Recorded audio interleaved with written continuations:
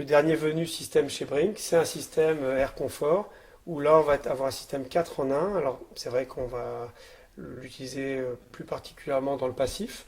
C'est un système 4 en 1 avec lequel on va pouvoir faire du chauffage, Ouais. du rafraîchissement, de la ventilation double flux et de l'eau chaude sanitaire. Et là on va travailler avec une puissance thermique de l'ordre de 4 kW. Donc le chauffage sur l'air, on arrive jusqu'à 3 kW. Le rafraîchissement sur l'air intérieur, on a 1,7 kW. Et donc du coup, comme on a une pompe à chaleur de 4 kW, l'eau chaude sanitaire est faite en un temps record, ce qui fait que la puissance thermique disponible pour chauffer ou rafraîchir le logement, il est disponible sur une très longue période, sur 24 heures. Donc le système 4 en 1, donc, qui s'appelle le Air Confort, c'est un produit que nous avons mis sur le marché fin 2018, donc un système 4 en 1 qui permet de faire du chauffage, du rafraîchissement, de la ventilation double flux et une production d'eau chaude sanitaire. C'est un produit que nous vendons déjà depuis 20 ans en Hollande. Ok, donc j'ai un produit. C'est un produit qui vise les constructions performantes et passives. Donc c'est un produit qui a fait ses preuves, mais qui a fait aussi ses preuves sur une méthode de conception et constructive aux Pays-Bas. Donc pour nous, il a fallu qu'on adapte ce produit au marché français, notamment en termes de conception et de réseau d'air qui ne sont pas les mêmes en France qu'en Hollande. En Hollande, on va plutôt avoir tendance à l'installer au dernier étage avec des gros réseaux d'air métalliques en diamètre 250, ce qu'on ne peut pas faire dans la construction française. Donc nous, il y a eu toute une phase d'adaptation au marché français. Et la demande qu'on voit pour ce type d'appareil, il est principalement pour des logements passifs. Alors c'est vrai que le Air Confort va proposer une puissance thermique en chauffage de 3 kW ou 1,7 kW de rafraîchissement.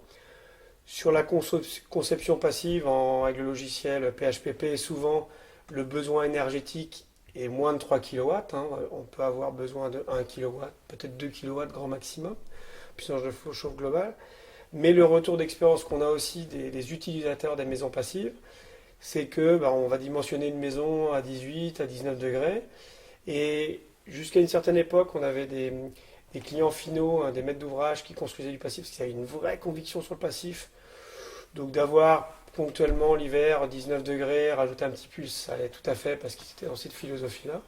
Aujourd'hui, on a affaire aussi à une clientèle qui ont les moyens, haut de gamme, qui veulent aussi du passif, mais qui veulent aussi avoir la capacité d'accélérer ou de ralentir quelque part s'ils ont besoin.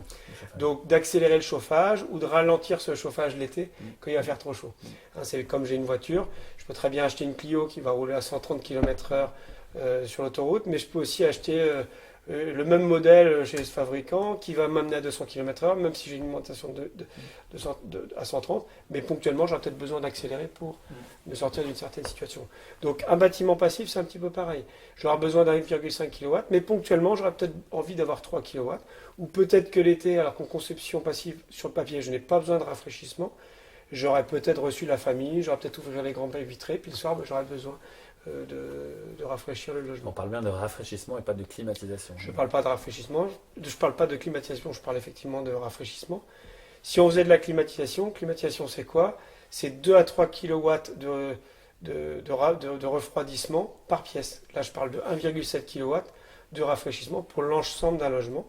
Donc, ce qu'on va chercher avec ce rafraîchissement, c'est tout d'abord une déshumidification de l'air, puisqu'on va être sur une batterie d'eau qui va être entre 6 degrés haut rentrant, 12 degrés sortant.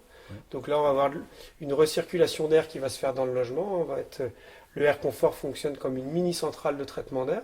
Donc on a une partie air neuf qui va se faire par la double flux et une partie recirculation d'air qui va se faire par un des modules qui est dans l'appareil. Et donc, on va, sur cette batterie, récupérer de l'air neuf et une recirculation d'air intérieur.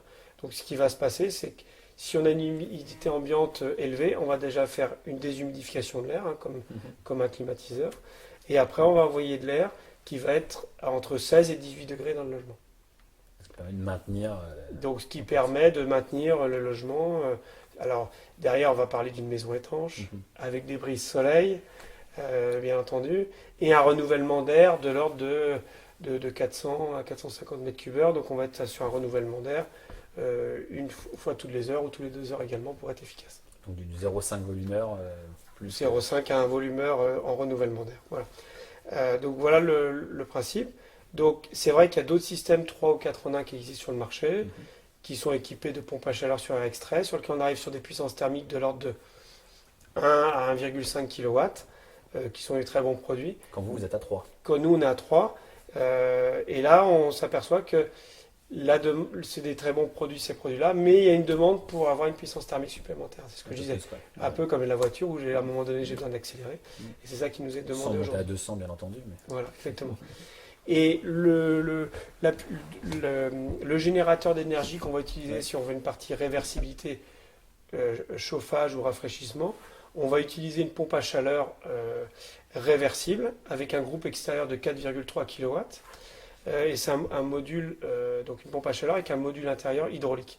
C'est-à-dire que ça va être une petite armoire avec un ballon d'eau chaude de 200-250 litres, équipé d'un module hydraulique. Donc habituellement, ça va alimenter un plancher chauffant. Oui. Là, on va venir alimenter notre air confort, qui est une batterie réversible eau chaude, eau glacée.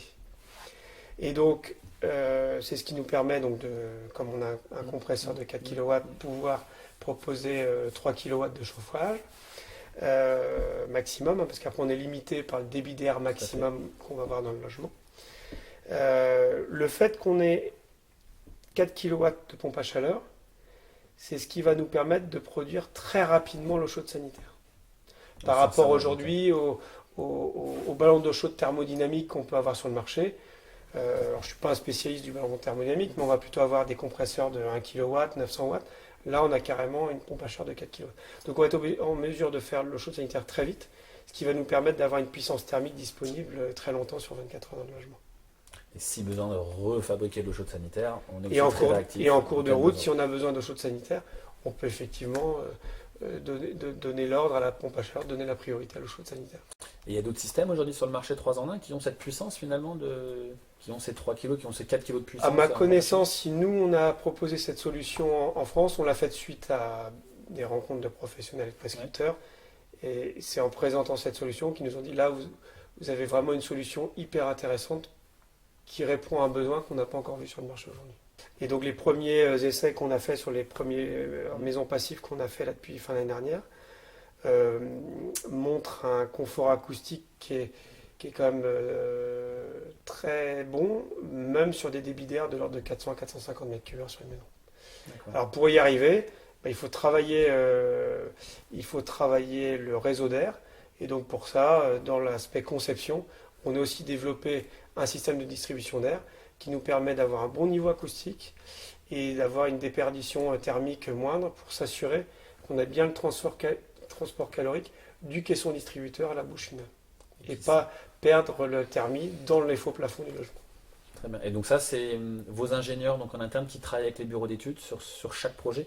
Ou comment vous vérifiez ce point-là finalement? Donc tout simplement, comme on fait certifier les maisons par le certificat Passiva House Institute, lors de la certification, il y a une vérification sur site avec des mesures. Donc il y a des mesures acoustiques qui sont faites, des mesures thermiques, avec des sondes de température. Donc là, c'est un peu le juge de paix. On peut pas mentir aux appareils de mesure. Et là, c'est ce qui permet de mesurer la pertinence et la performance de l'équipement. Le groupe extérieur, finalement, c'est un groupe extérieur Brink ou on peut mettre n'importe quel groupe extérieur de 4 kg sur l'air confort? Alors nous, c'est vrai qu'aujourd'hui, comme on n'est pas un spécialiste de la pompe à chaleur et qu'on voulait aussi un produit quelque part performant, normé, certifié, mais aussi standardisé, parce qu'il faut aussi pouvoir maîtriser les coûts du système. On est en contact avec la société Hitachi en France, qui a su nous accompagner, nous aider au dimensionnement de l'installation. Ouais. Mais le produit aujourd'hui ne se limite pas à cette marque-là, il peut être utilisé avec d'autres produits du marché qui savent proposer une pompe à chaleur avec un module hydraulique intérieur. Le gros intérêt du système Air Confort, c'est qu'on va utiliser des produits entre guillemets standards du marché, une pompe à chaleur hydraulique avec groupe extérieur, une double flux, une batterie au chaud d'eau glacée, un thermostat d'ambiance, des gaines de ventilation calorifugée. Donc on est sur des produits indépendants. Donc si on a un impératif de maintenance sur un des produits, c'est pas tout le système qui ne fonctionne plus, Ou une défaillance une électronique. défaillance quelconque. Et comme c'est des produits simples, maîtrisés par les installateurs, ils peuvent intervenir sur l'appareil. Il n'y a pas forcément besoin que ce soit Brink ou notre siège en Hollande ou autres qui interviennent. On est capable d'intervenir de manière locale et de manière simple sur les équipements. Et ça aussi, c'est un élément important. Et puis sur l'aspect conception, comme on travaille de manière dissociée sur des appareils déjà normés, dans le moteur de calcul, on va aussi pouvoir renseigner assez facilement les équipements.